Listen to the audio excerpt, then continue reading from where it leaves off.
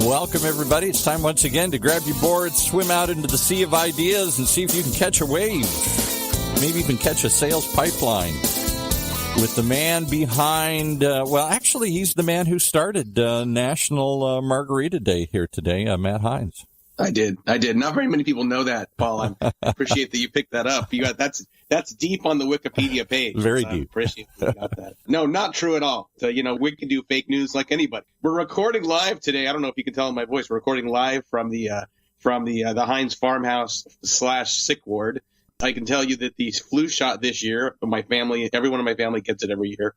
This year, I can definitively say it does not work. And here's my recommendation. 1, keep getting the flu shot because every once in a while they get it right. And 2, if you get the flu, go to the doctor, get the flu meds. The flu meds, they're amazing. So keep taking the flu meds. But I'm on the downside. I got 2 kids on the upside. It's terrible. It's not good, but at least we're getting it out of the way. So that's all I got to say about that. Fun times. But life goes on, business goes on, Sales Pipeline Radio goes on. Thank you very much, everyone, for joining us today on Sales Pipeline Radio. We are here every week at 11:30 Pacific, 2:30 Eastern, covering everything B2B sales and marketing. We're featuring some of the best and brightest minds in the B2B sales and marketing industry. Today is no different. I'm really, really excited to have joining us today Joe Hyland. He is the Chief Marketing Officer for On24. Joe, thanks so much for joining us.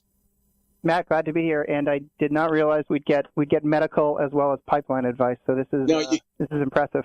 No, you get everything here. And Paul will tell you, we're 104 episodes in. We do fantasy football picks. There you go. We do weather forecasting. We do every once in a while we'll have callers calling with all kinds of random stuff. We can do all kinds of stuff. Speaking of randomness, the question I wanted to start with you, and I actually ask myself this question sometimes as well. I'm a journalism major from a decent public West Coast public school, and somehow as a journalism political science major, I ended up in B2B marketing. How exactly does a government major from Dartmouth end up slumming with B2B marketing folks like us? What does that career journey look like, and how did you, get to where you are today? That is a great question. I'm pretty lucky that I'm here. A lot of my friends are in finance or they're traders, and I can't imagine a worse profession. No master plan. I actually get asked that question a lot, not about my major, but how did you become a head of marketing? Like, you must have had this charted out since you were 22. I had absolutely no idea what I was going to do. I majored in government. I minored in psychology and economics, and it's probably the psychology that led me into marketing. I'm fascinated by what drives people and how people make decisions. It probably makes me really annoying in my personal life. But that's what I love about marketing. I think there's a major psychological element to how you persuade someone to do something, anything really. And why buy On24 over WebEx or GoToWebinar?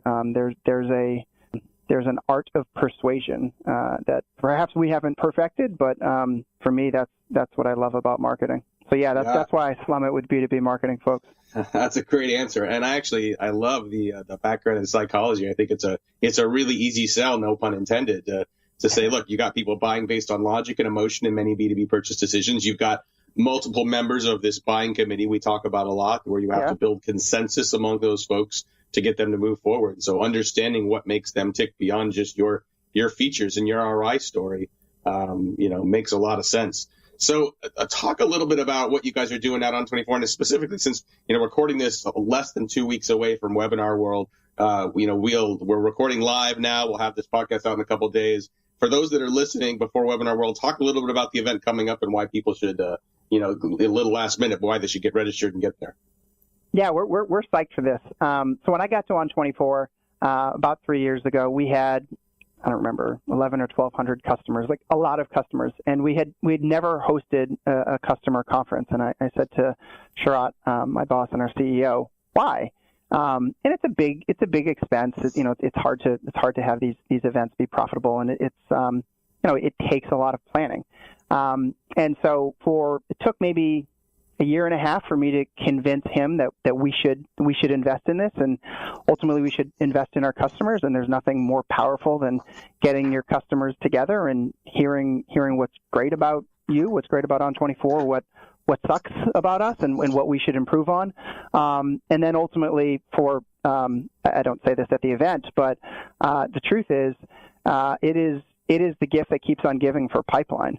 Getting happy customers to talk about how they love working with you, and having prospective customers watch that. It's like a dry run. They don't have to pay anything, the prospects, and they get to see what it's like being a customer. So that's why we do the event. It's funny, when I called it, when I first proposed it internally, I called it Webinar World. Pretty much everyone in the company said, well, yeah, it's a great idea. We should do this customer conference, but obviously we won't call it Webinar World. And I was like, what do you mean? Well, why wouldn't we call it Webinar World? That's what we do. And they're like, oh, maybe sales acceleration, demand generation conference. And I'm like, what does that mean? Like, no, let's say what we do. We provide webinars. We do it better than anyone in the world, and we think that's a critical function in marketing. So hence the name. Yeah, we'll probably get about 1,000 people there. We had about 750, 800 last year. Yeah, we're super excited. It's really an opportunity for our customers to talk about webinars and talk about how they're using webinars well, where they can improve upon. We give a couple presentations. You're giving a presentation. It's really about hearing from peers, hearing from experts, and we try to get the heck out of the way and let that collaboration happen. Yeah, I think it's going to be a great event. I'm of course biased because I will be there. I'll be speaking there, and I'm looking forward to it. But I would argue that getting together and talking about webinars is more important now than ever. I mean, there's so many people are doing webinars. It's more important now than ever to make sure they stand out, to make sure they're different, to make sure that you can create value in a format that isn't going anywhere. But you mentioned something at the beginning of that. You said, it's hard to make these events profitable. And curious, if for you as a marketing leader, if you look at this, is profitability the goal for something like Webinar World, or you look at this as sort of ultimately a loss leader or a low cost way of getting the awareness and pipeline you want? Like, how do you think about the balance there of the objectives you have with an event of this size? Yeah, it really depends on who you're asking. So me, I don't care about making money at the event. I think that is so incredibly short-sighted. When we talk about this at the board level, I mean, it's not surprising that we were encouraged to have this be profitable. And I said, listen, this is an investment in our customers. I mean, this is really an event for our customers. I think ultimately the event will pay for itself, but it's on the back end, and it's contracts that we'll be getting out of customers or prospective customers, who are considering working with On24. In the end, does it work out for us? Yes, but I really don't care about that. For me, if we've only done one event, by the way, so we did it last year. It was a phenomenal event. I loved it. The idea was to have marketers talk about things that work incredibly well for them, mostly around webinars, but not completely. We talked about integrated campaigns, how to do it right, how not to do it right, how to avoid drive-by marketing, how to differentiate yourself. And yeah, of course, webinars were involved, but it was really a marketing conversation versus just a tool or a tactic discussion. So net, will it make money anytime in the near future? No. Even what we charge doesn't cover the cost of the event, and a whole bunch of people end up getting discount codes, because for us it's important that it's an exciting event, and we can make it profitable and have 250 people there, and what's the point? So yeah, not our goal, and I don't see that changing anytime soon. I like that a lot. I want to talk a little more when we come back from our commercial break about integrated marketing and I think finally we're starting to come back from the growth hacker phase of everything has to be measured and everything has to have a specific revenue target. And as much as I'm a math marketer, and I know you are as well, that, to be able to do events like this where that they fit into the broader picture, that the body of work is required to get you where you want to go from a revenue and growth standpoint. Well, I'll talk more about that. We got to pay a couple bills first real quick. We'll be back with more with Joe Hyland. He's the CMO of On24. We'll be talking more with Joe about integrated marketing, sales and marketing alignment, and lots more. We'll be right back. Are you tired of sending sales emails and wondering if they ever even get opened? If so, you need MailTag. MailTag is a Chrome browser extension for your Gmail that allows you to track your emails in real time. You receive alerts right on your desktop as soon as your emails are read. And as a special thank you for being a listener of this show, we've teamed up with MailTag to provide you guys with special discount on your MailTag subscription. Just type in the word Heinz, Heinz. You can get 50% off for life Yeah, 50% off for life. What do you got to lose but that question mark hanging over whether your emails got opened? Be sure to check out mailtag.io. I know it's a little different. Mailtag.io to start your completely free 14-day trial. No credit card required. And afterwards, put in that code Heinz and get 50% off for life. You'll thank us afterwards.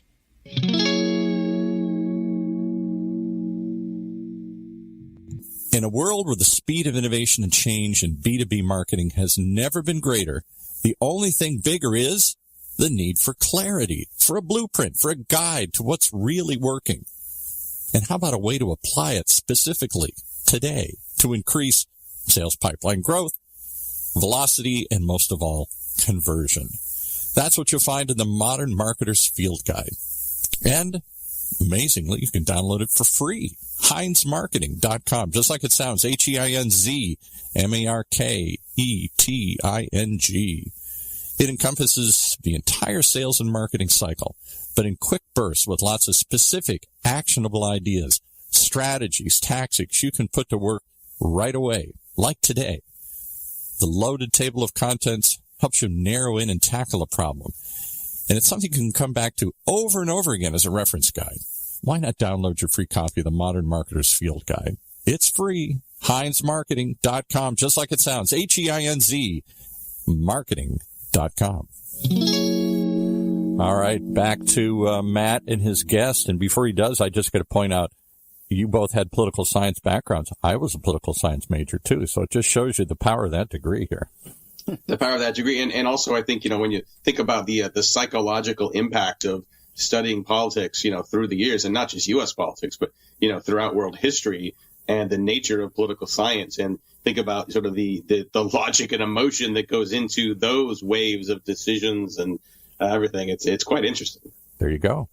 Yeah, well, so like Joe said, we cover everything here. We got politics. We try not to do a whole lot of politics here on Sales Pipeline Radio, but we get into health recommendations. We get into college football. If anyone wants my, way too early top 25 college football predictions, or more importantly, if you want to hear my Ivy League, no, I'm kidding. I'm not going to go there. But so don't ask him about his barbecue recipes. That's another one here. No, we'll be done. Well, 15 minutes later, we'll be all done. Well, we're out of time. We got to go.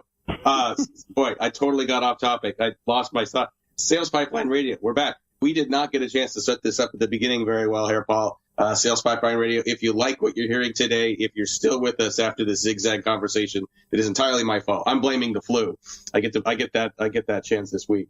Definitely check us out. We are on the iTunes and the Google Play, where you can subscribe to every episode. Don't miss a single future episode of Sales Pipeline Radio. You can catch every episode, past, present, and future, of Sales Pipeline Radio at salespipelineradio.com. Every episode is available on demand.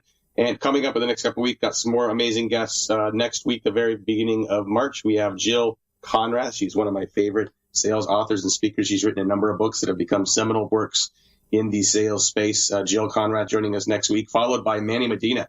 He is the CEO of Outreach, and we're going to be talking to him about technology that your sales team can trust, and is there trust that could be built between technology and your sales organization and your prospects, and how to make that balance work. But today we're going to continue to talk a little more with Joe Hyland. He is the CMO of On24. And Joe, before we went off to the break, we were talking a little bit about how to justify things like 1,000 person, 2,000 person user conference. And I know last year's Webinar World went really, really well. Got another one coming up here in a couple of weeks. You mentioned sort of looking at that and saying, yeah, we've got objectives for it, but I don't need it to immediately be profitable for it to be successful. Talk about how that perspective manifests itself in the way you look at integrated marketing campaigns overall. I mean, obviously, you're being held to a number. You're expecting marketing to contribute to revenue and sales goals within the company.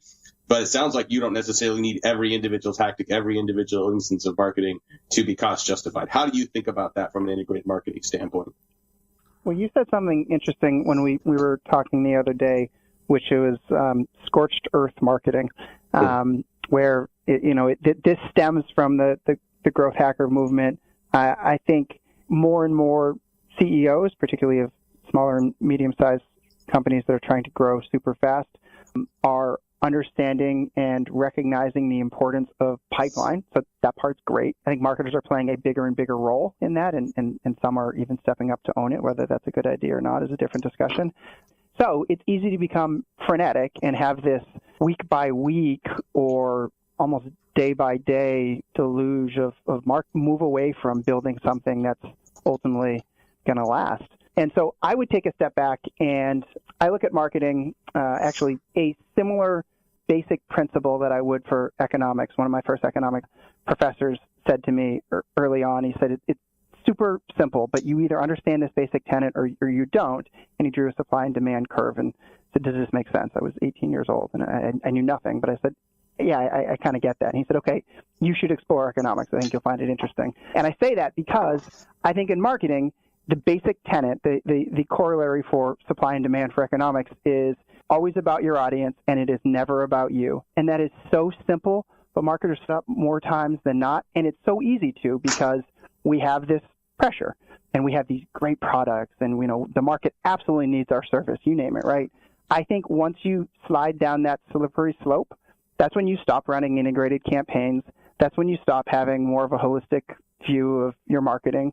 That's when you start measuring success in a myopic fashion, and it's week to week or day to day, and that's when you're screwed. Like that's when you start to lose the trust of your audience because you don't honor that trust. You should be adding value, and if you go back to the basic tenet of marketing, you should be providing information, a service, a product, whatever, that completely hooks up your audience, that completely sets them up for success because it's all about them. It's never about you.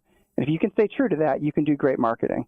And so to me, that's integrated marketing, is understanding what you're trying to solve, how you're solving it, how whoever you're marketing or selling to would be kind of screwed without it. And if you stay true to that, you're good.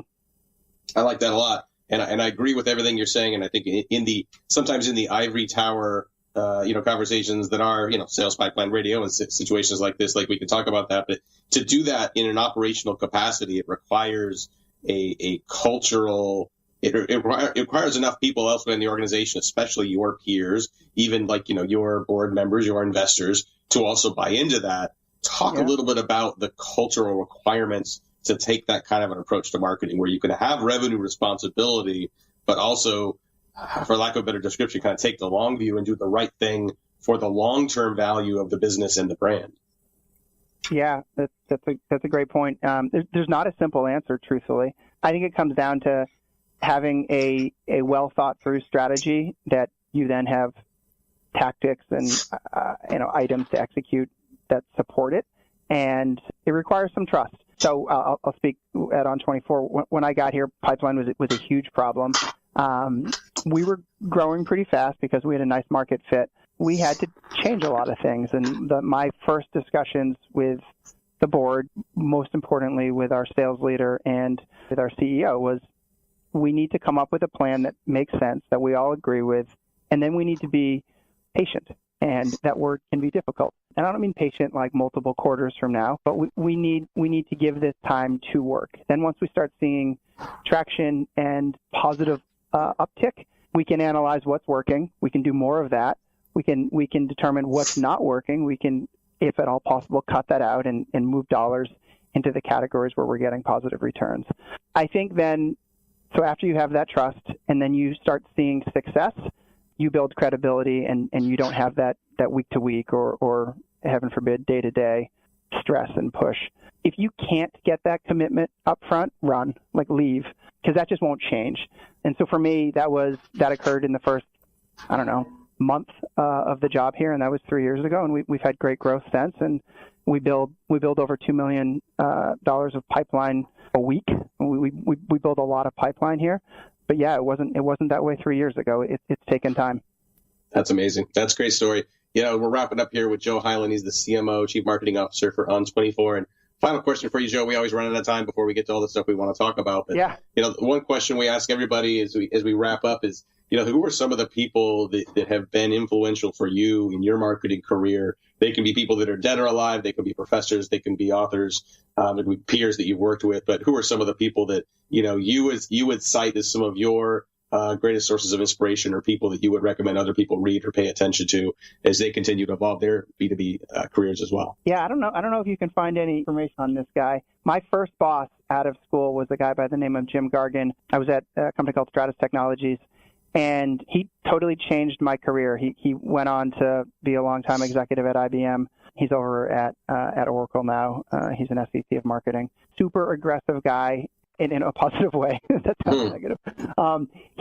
Super aggressive marketer, shall I say. He told me, always differentiate. You need to be loud, whatever you're marketing, and it depends on the company and in the space, of course.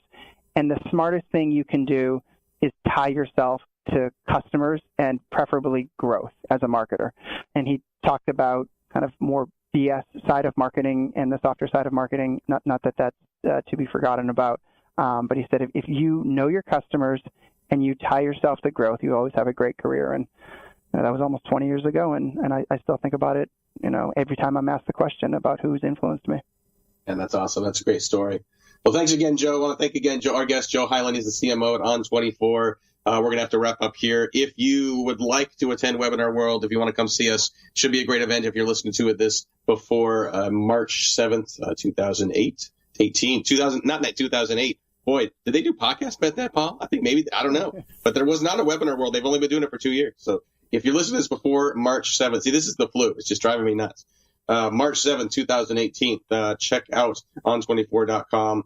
You can find more information about Webinar World. We'll put links for registration in the notes for this podcast as well. And if you're listening to this after that date, still check out on24.com. Great service. We use it ourselves. And I'm sure you'll be able to see some recaps from the great event that they're going to have here in a couple weeks. Join us next week. We'll have Jill Conrad. She's an author of several books on sales strategy, one of my favorites in the sales space. Super honored to have her on the show. And join us every Thursday, 11:30 Pacific, 2:30 Eastern. And join us on the podcast, salespipelinaradio.com. Everywhere fine podcasts are sold. For my great producer, Paul, this is Matt Heinz. Thanks for joining us for another edition of Sales Pipeline Radio. You've been listening to Sales Pipeline Radio. Brought to you by the good folks at Matt Heinz Marketing.